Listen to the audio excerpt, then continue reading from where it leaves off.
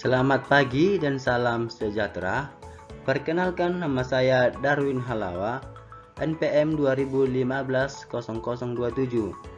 Program studi Pendidikan Vokasional Informatika. Di sini, di video kali ini saya akan menjelaskan mengenai database MySQL. Pertama, menjelaskan tentang database MySQL, yaitu pengertian database MySQL, fungsi MySQL, kelebihan dan kekurangan MySQL, dan cara kerja MySQL.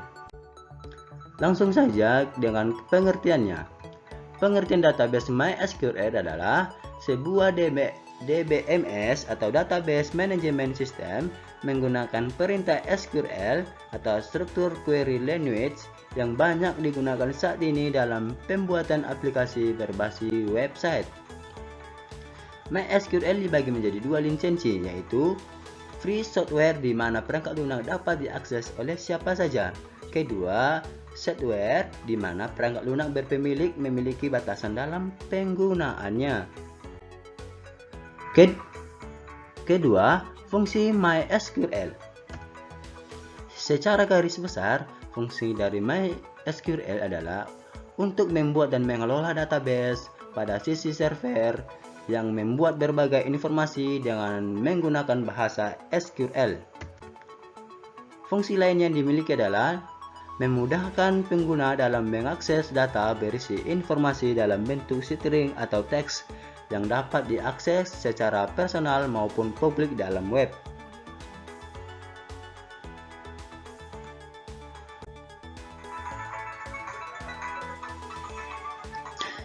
Ketiga, kelebihan dan kekurangan. Pertama, kelebihannya, yaitu pertama bersifat open source. Untuk menggunakan dari MySQL dapat diakses oleh siapa saja dan kapan saja karena memiliki dua lisensi tadi. Kedua, mendukung penggunaan multi-user. MySQL juga dapat digunakan secara bersama-sama dalam waktu karena bersifat multi-user. Ketiga, terintegrasi dengan bahasa pemrograman yang lain. Keempat, sajian tipe data yang bervariatif. Tipe data yang disajikan dalam MySQL juga sangat variatif. Contohnya tipe data varchar, integer, float, double, dan date, dan timestamp, dan lain-lain. Dalam hal ini, Anda mengelompokkannya berbagai data sesuai dengan kriteria informasi secara lebih akurat dan efektif. Kelima, struktur tabel cenderung fleksibel jika dibandingkan dengan struktur tabel dari database lain seperti Oracle dan Postgres, dan MySQL tergolong lebih mudah. Keenam, sistem keamanan yang telah terjamin. MySQL dapat mengatur hak akses pengguna atau user, dapat enkripsi tinggi. Selain itu, terdapat beberapa fitur keamanan lain seperti level nyaman pada host dan pembuatan subnet mask. Ketujuh, tidak membutuhkan kapasitas RAM yang besar. Kedua, yaitu kekurangannya. Kekurangannya yang pertama yaitu 1. Kurang cocok untuk mengembangkan aplikasi berbasis game dan MOBA. Untuk Anda yang sedang mengembangkan aplikasi untuk membuat game atau MOBA, kami sarankan untuk tidak menggunakan MySQL karena manajemen database yang dimiliki kurang cocok untuk pengelola aplikasi tersebut. Kedua, technical support yang kurang mendukung. Teknik support yang dimiliki oleh MySQL sendiri dirasa kurang mendukung karena belum menyediakan support dan yang baik dari segi teknisnya, sehingga user mengalami kesulitan saat menghubungi technical support. Ketiga, kurang mendukung untuk pemakaian database dengan kapasitas besar, kurang cocok dan tidak direkomendasikan untuk mengelola basis data dalam kapasitas besar. Apalagi Anda menginginkan sebuah database service yang dapat menampung data dan jumlah yang besar, maka Anda dapat mencoba dengan menggunakan Bing Data dan Bing Query. Karena MySQL dikhususkan supaya ramah dengan perangkat yang memiliki spesifikasi yang rendah. Ketiga terakhir yaitu cara kerja MySQL. MySQL didasarkan pada model client server. Inti dari MySQL adalah server MySQL yang menangani semua instruksi atau perintah basis data. Server MySQL tersedia sebagai program terpisah untuk digunakan dalam lingkungan jaringan client server dan sebagai perpustakaan yang dapat disematkan atau ditautkan ke dalam aplikasi yang terpisah. MySQL beroperasi bersama dengan beberapa program utility yang mendukung administrasi database MySQL. Perintah dikirim ke MySQL server melalui client MySQL yang diinstal pada komputer Anda. MySQL pada awalnya dikembangkan untuk menangani basis data besar dengan cepat. Meskipun MySQL biasanya diinstal pada satu engine saja, ia dapat mengirim database ke beberapa lokasi karena pengguna dapat mengaksesnya melalui client MySQL yang berbeda. Kedua, kita akan menjelaskan 3 bagian bahasa SQL serta contoh-contoh perintah yang digunakan. Pertama yaitu data definition language. Kedua, data manipulation language. Ketiga, data control language. Yang pertama yang kita bahas adalah data definition language. DDL atau Data Definition Language adalah kumpulan perintah SQL yang dapat digunakan untuk membuat dan mengubah struktur dan definisi tipe data dari objek-objek database seperti tabel, index, trigger, view, dan lain-lain. Contoh perintah yang digunakan adalah membuat tabel atau create tabel. Create tabel digunakan untuk membuat suatu tabel. Contohnya di bawah adalah create tabel buku, purpose, integer, prime key-nya, kode buku, virchar 20.0, judul buku, virchar 225, note 0, tanggal terbit, dat 0. Kedua perintah yang digunakannya adalah menghapus tabel atau drop tabel. Digunakan untuk melakukan penghapusan tabel. Drop tabel ini yaitu menghapus sebuah tabel. Melakukan penghapus tabel dengan perintah drop. Semua data dan struktur dari tabel yang akan dihapus, semua transaksi pending akan di-commit, semua indeks akan dihapus. Perintah dari drop ini tidak bisa di-rollback. Sebagai contoh, jika ingin menghapus tabel depth, maka yang harus dilakukan adalah drop table depth. Ketiga, menambah dan menghapus kolom, yaitu alter table. Ini adalah bahasa pemrograman yang dipakai manakala hendak merubah struktur suatu tabel atau memodifikasi bentuk kolom, mengganti atau sekedar menambah tabel yang sebelumnya sudah ada. Kedua, yaitu data manipulation language.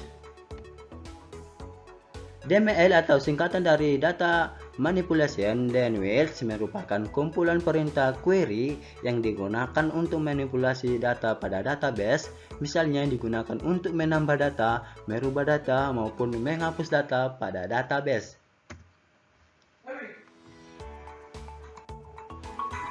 Contoh perintah yang digunakan yaitu 1. Insert yaitu berfungsi untuk menambah data atau rekor pada database. Kedua, delete berfungsi untuk menghapus data pada database. Ketiga, update, yaitu perintah yang berfungsi untuk merubah maupun memperbarui data pada database. Keempat, select, yaitu perintah yang digunakan untuk menampilkan data dari suatu tabel pada database. Ketiga, yaitu data control language.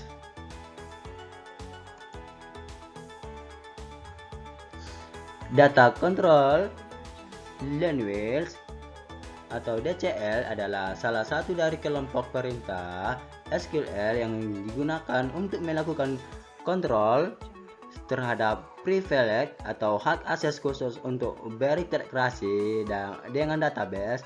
Hak akses khusus ini diperlukan sebagai setiap unsur database untuk melakukan berbagai akses database, seperti membuat objek, menghapus objek, melakukan objek, menampilkan suatu query, dan seterusnya. Contoh perintah yang digunakan adalah grant. Perintah grant digunakan untuk memberikan hak akses khusus pada user untuk melakukan akses tertentu pada objek tertentu di database. Contohnya yaitu grant tipe privilege on nama objek to nama pengguna. Kedua, revoke, yaitu perintah yang digunakan untuk menarik kembali, mencabut, membatalkan hak akses khusus yang sebelumnya yang telah diberikan melalui perintah grant, yaitu caranya contohnya revoke tipe privilege on nama objek from nama pengguna. Ketiga yang kita bahas adalah tipe data yang ada pada MySQL. Tipe data yang ada pada MySQL adalah pertama, tipe data adalah tipe data angka numerik. Tipe data numerik adalah merupakan tipe data yang dapat digunakan pada suatu variabel konstan yang dapat menyimpan nilai berupa angka. Pada tiap tipe data, angka terbagi menjadi beberapa jenis seperti pada kolom di bawah ini. Yaitu ini adalah tabel tipe data yang ada pada MySQL. Ada beberapa jumlah yang ada pada MySQL tipe datanya. Ini adalah salah satu beberapa yang saya buat. Tipe data yang ada MySQL, yaitu TINIT, berfungsi menyimpan data bilangan bulat positif dan negatif. SEMLET, menyimpan data bilangan bulat positif dan negatif. MEDIUMIT, menyimpan data bilangan bulat positif dan negatif. IN, BEGIN, dan lain sebagainya. Kedua, tipe data teks atau string. Tipe data teks atau string merupakan tipe data yang bisa digunakan untuk menampung banyak karakter dengan jumlah maksimum yang dapat ditampung, yaitu sebanyak 255 karakter. Di bawah ini adalah beberapa jenis tipe data string yang terdapat pada database MySQL. Ini adalah tipe data yang terdapat di MySQL juga di salah satu tipe data string, yaitu char, menyimpan data string ukuran tetap dengan jangkauan 0 sampai 225 karakter. Varchar, yaitu menyimpan data string ukuran dinamis, yaitu jumlah karakternya 0 sampai 225 karakter. Syntax, yaitu menyimpan data teks karakternya dan jangkauannya 1 sampai 225 karakter. Teks, menyimpan data teks. Medium text, menyimpan data teks karakter. Long text, menyimpan data teks, dan lain sebagainya, dan masih banyak lagi tipe data yang ada pada MySQL. Ketiga, tipe data date. Tipe data date digunakan untuk menyimpan data tanggal dengan format tahun, bulan, tanggal. Beberapa jenis tipe data yang digunakannya adalah sebagai berikut, yaitu date, menyimpan data tanggal. jangkauannya 1000 0101 sampai 99 garis 12 garis penghubung 31 ukuran 3 by T. Kedua, time menyimpan data waktu dengan ukuran 3 by T. Ketiga, data time menyimpan data tanggal dan waktu dengan ukuran 8 by T. Year menyimpan data tahun dari tanggal. Keempat, tipe data Bloom. Tipe data Bloom merupakan tipe data yang dapat digunakan untuk menampung gambar, musik, video, dan lain-lain. Yaitu tipe datanya yang ada pada MySQL adalah 1 bit, fungsinya untuk menyimpan data biner. Jangkauannya ada 64 digit biner. Ketiga, Clean Bloom menyimpan data biner dan gambar ukuran kecil. Jangkauannya 255 byte. Bloom menyimpan data biner gambar dengan jangkauan 4. Medium Bloom menyimpan data biner dan gambar ukuran sedang. Long Bloom menyimpan data biner gambar dan ukuran besar. Dan ada lagi sebagian lagi beberapa tipe data yang ada pada MySQL dan bisa dicari-cari di internet.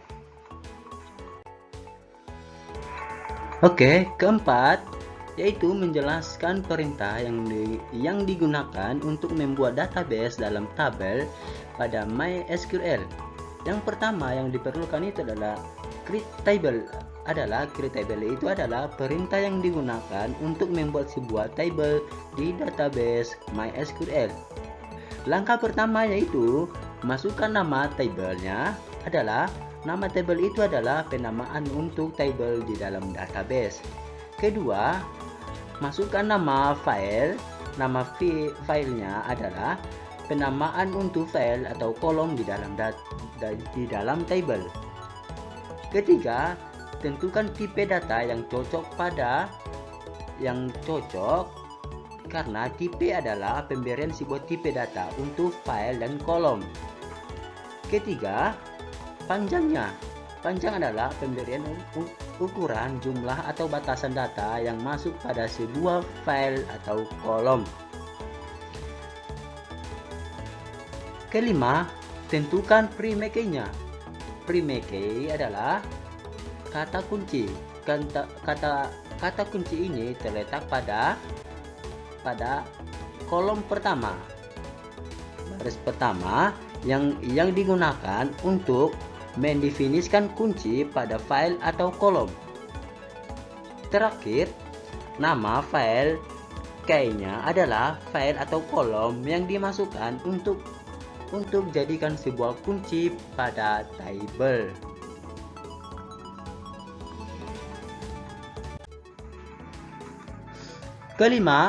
Kelima yaitu kita akan menjelaskan contoh penerapan perintah insert, select, delete, update, dan update pada MySQL. Yang pertama, insert. Insert digunakan untuk menambahkan barisan data baru pada sebuah table. Contohnya adalah yang ada pada sintaksnya insert into nama table values. Misalnya kita akan menambahkan sebuah baris data baru pada tabel TB pegawai. Contohnya insert into TB pegawai values nomor atau nomornya 0001 11015510. Namanya, masukkan nama Darwin, laki-laki, Padang Sidempuan 200407. Seperti itu caranya ya. Kedua, select. Select ini digunakan untuk menampilkan baris data yang terdapat pada sebuah table. Contohnya menampilkan seluruh file. select bintang from nama table. Tanda bintang di atas menandakan bahwa kita akan menampilkan seluruh file yang terdapat pada table bersangkutan. Menampilkan file tertentu yaitu contohnya select bintang from nama table, nama file from nama table. Menampilkan baris dengan seleksi, yaitu select nama file 1, nama file 2, titik koma, from nama table where. Untuk menampilkan seluruh file, menghapus nama file tersebut dari query yang dibuat dan masukkan tanda.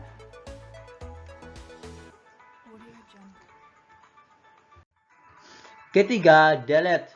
Digunakan untuk menghapus baris data. Contohnya delete from nama tabel where. Klausa where boleh ada, boleh juga tidak, tergantung pada penggunaan masing-masing. Keempat, update. Digunakan untuk mengubah nilai sebuah baris data. Perintah update-nya harus menggunakan klausa atau where untuk mencegah terjadinya perubahan pada seluruh data. Kecuali ingin mengubah seluruhnya, maka tidak perlu di klausa. Contohnya, update nama tabel, set nama file sama dengan value nama file 2 sama dengan value where.